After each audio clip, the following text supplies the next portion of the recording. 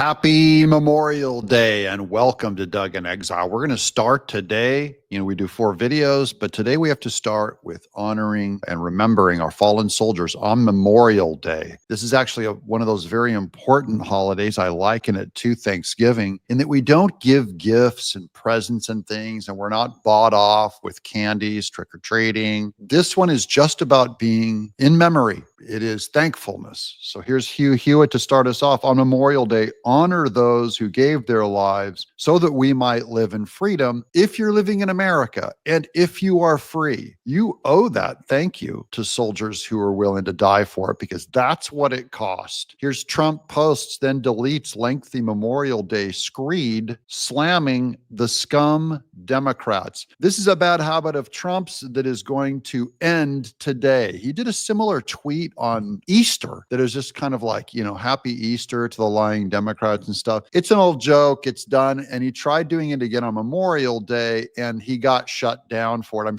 probably by Pete Hegseth or someone around him who said, you can't do this. So I'm just going to read a few sentences so you get the idea of why it got pulled. Happy Memorial Day to all, including the scum that spent the last 4 years trying to destroy our country through warped radical left minds, etc., etc. He took it down. For those people that say, oh, Doug, you don't criticize the president. Well, I am here. That was a bad move. He has to stop doing it. And they go, well, if that, imagine what would happen if Biden or Harris did it. I would be equally outraged. I would be just as angry, going, that's tacky, that's wrong. And he rightly took it down, quickly took it down. Now, here's another thing on artists. So this is a comedian. This is Dave Landau, who used to work for Steven Crowder, and he was a stand-up comic. He posted this, one of those folded flags that are in memory of someone fallen. Thank you to the soldiers who made the ultimate sacrifice for our country. This is my message to the artists, because artists are usually ungrateful.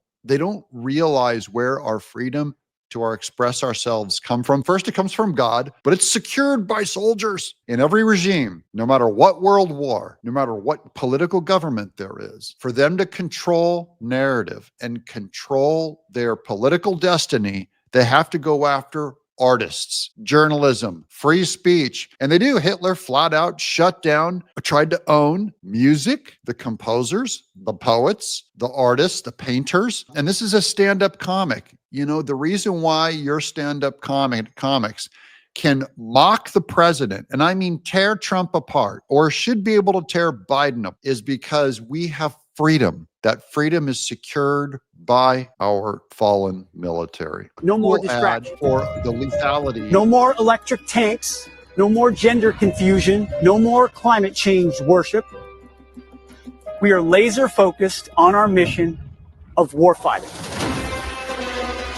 Okay, so this is a new, I don't know if it's an ad, but it's a publicity piece with Pete Hegseth on making our military lethal again. This is also part of how you honor your soldiers who you've lost, is you don't make them die in stupid wars, bad wars, immoral wars. You don't make them die for establishing the rainbow flag, social engineering in other countries.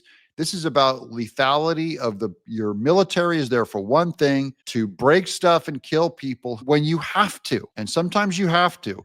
And that also means your soldiers are going to be killed. And we don't want to be disrespectful with their lives. This one is another piece that I found that I just thought was beautiful. So this is a World War II vet who goes and visits his friend.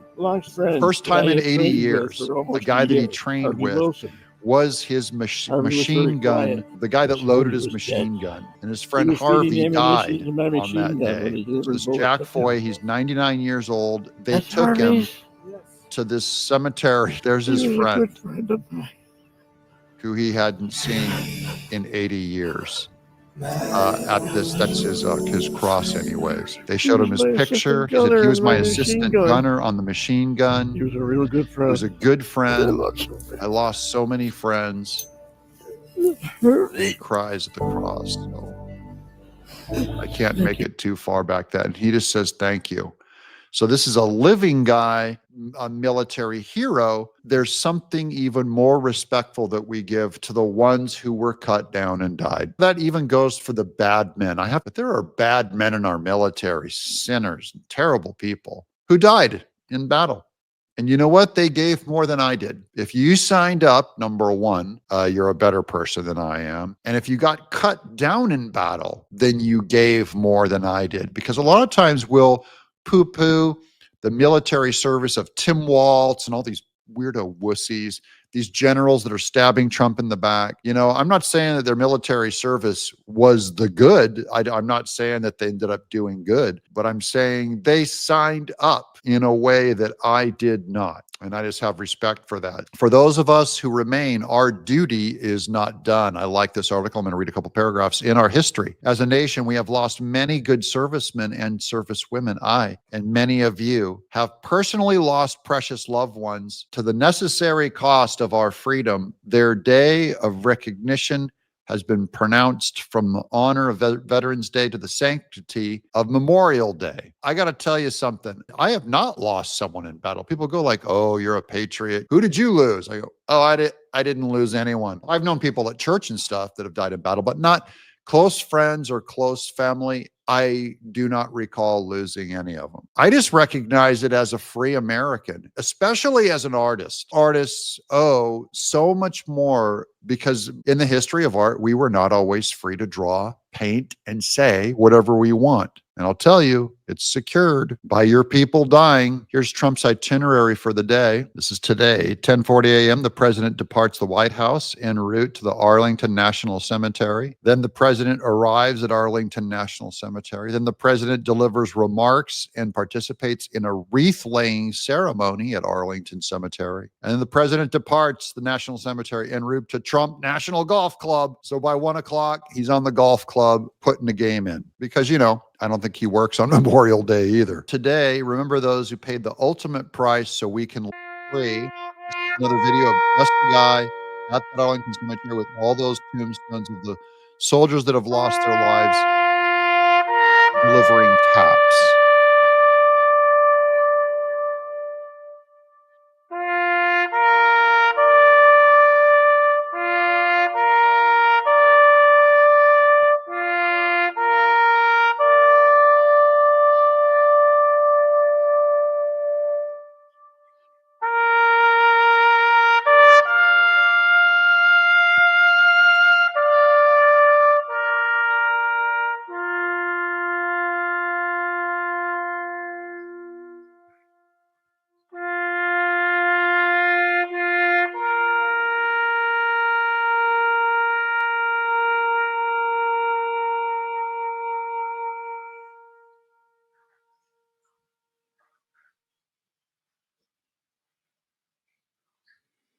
I love that salute at the end. I love how tight all of these guys are in their formal military stuff. Here's another reminder, just in case you forgot why you have a 3-day weekend.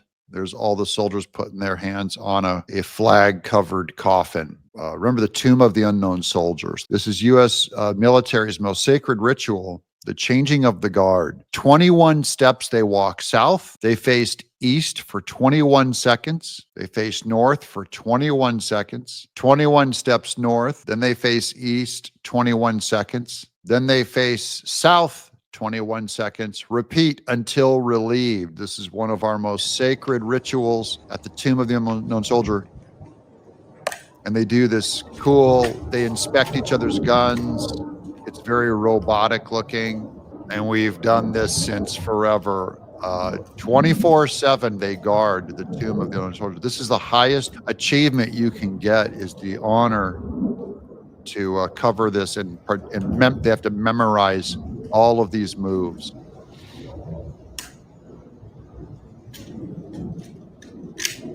That's the inspection of the arms there.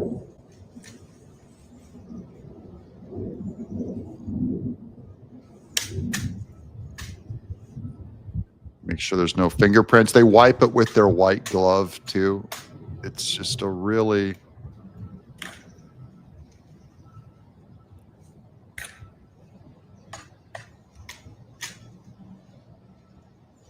that's cool.